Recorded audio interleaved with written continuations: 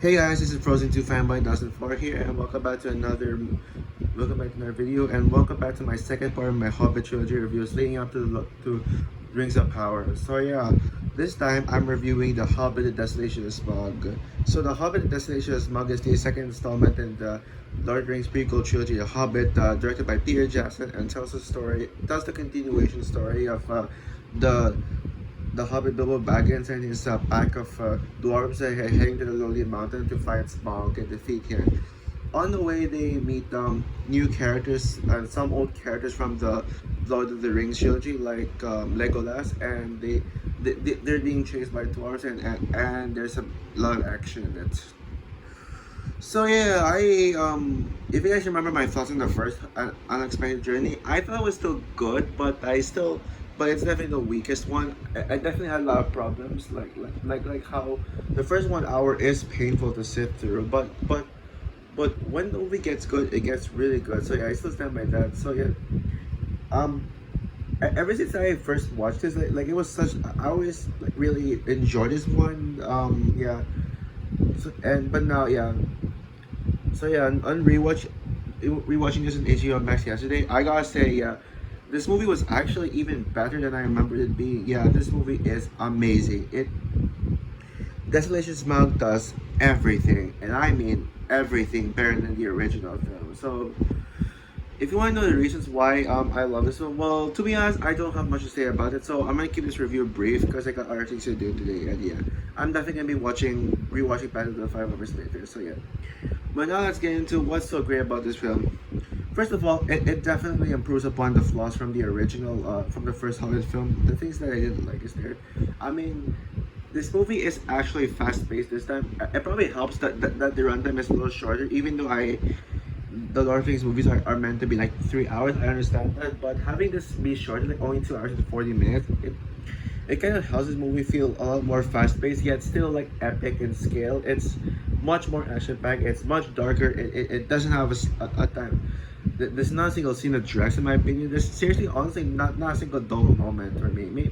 Maybe a tiny bit of dull moments, but honestly, if I try to like reflect in this film, I try to look for criticisms, but honestly, I just can't find any criticism with this film. So yeah, I love how they introduced like the old characters from the Lord of the Rings trilogy, Legolas.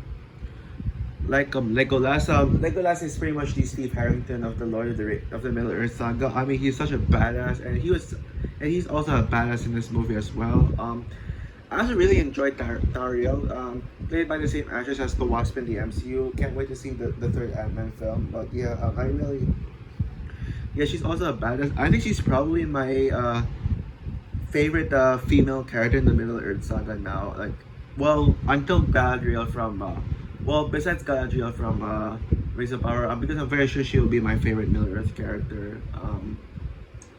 I also really like the introduction of Bard, played by Luke Evans. I think this is his best performance yet.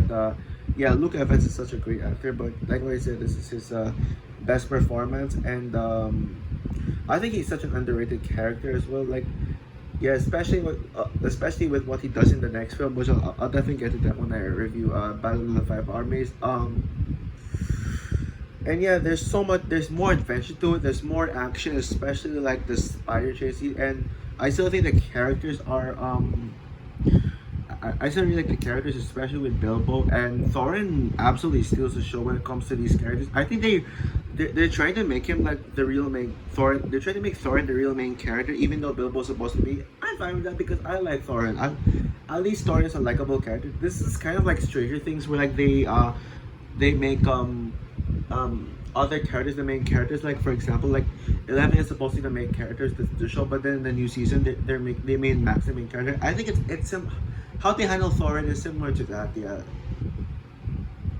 yeah, but yeah, there's just so much action scenes from the spider chase to the barrel escape scene to the village attack scene to the final battle with Smaug. Yeah, the list goes on and on, and so yeah, and every single action scene is just so epic. It's just so much fun. The action scenes are almost as good as the Lord of the Rings trilogy. The action there, and yeah, they're definitely better action scenes than the ones in original. The first film has some really bad action scenes, like like when the scene when the trolls the giant trolls were cooking the hobbits, and then they attacked them. That was a pretty bad action scene, but this one, all the action scenes are really good. If I were to choose, my favorite action scene is probably the one in the village with the Legolas fighting the orcs. That scene was he absolutely kicked ass in that scene. But now let's get to the standout of this film, and that is Smaug, voiced by Benedict Cumberbatch. Yeah, even though I wouldn't say it's his best performance, it's not one of my favorite performances he did. But man, he is so menacing as Smaug. He really feels like an absolute threat, and yeah, a kind of dragon who is absolutely yeah, so threat. Honestly, I'm gonna say right now, I think Smaug is the best on-screen dragon. Yeah, sorry, but I prefer him over the How to Train Your Dragon dragons from that trilogy. But I just find Smaug to be very threatening. Like, he's probably the most realistic dragon I've ever seen, the most real one, and very threatening. And yeah, he has so many great lines like "I am fire, I am death." He has some of the best quotes that this trilogy has to offer, and even like, and the ending scene, yeah, makes you hype for the next film even more. Like, yeah, I'm sure you guys remember what happened in the ending. Yeah, that ending was totally wicked. It makes you hype for the next film. Yeah, which yeah, yeah, I'm definitely, or oh, I'm already hyped to revisit the Battle of the Five Armies. So yeah, honestly, I tried to dig for criticisms. I tried to look for criticisms, and even thinking about it, can't really seem to think of anything to criticize about it. It's just so good. This is the one Hobbit film that I think almost matches the standards of the Lord of the Rings trilogy. Even though I wouldn't quite say it's better than the Lord of the Rings trilogy, but it is like somewhere in the levels of the Two Towers, which is arguably the weakest Lord of the Rings film. Um, is this the best movie? Is this one of my favorite films of 2013? Well, I would say this is an honorable mention to my top 10 best movies of 2013 list, and it is yeah, easily the best Hobbit film. And yeah, and I'm gonna give this, and yeah, this is, I definitely recommend you go check this out if you haven't. It is just so good. On a scale of 1 to 10, I'm gonna give this film a low 10 out of 10. It's one of the lesser 10 out of 10 films, because I just don't really, it just doesn't really give me the same feelings as the Lord of the Rings films, but on its own, it is just an excellent follow up, and I can't wait to revisit the Battle of the Five Armies. So, what's your opinion on The Hobbit, The Desolation of Smaug?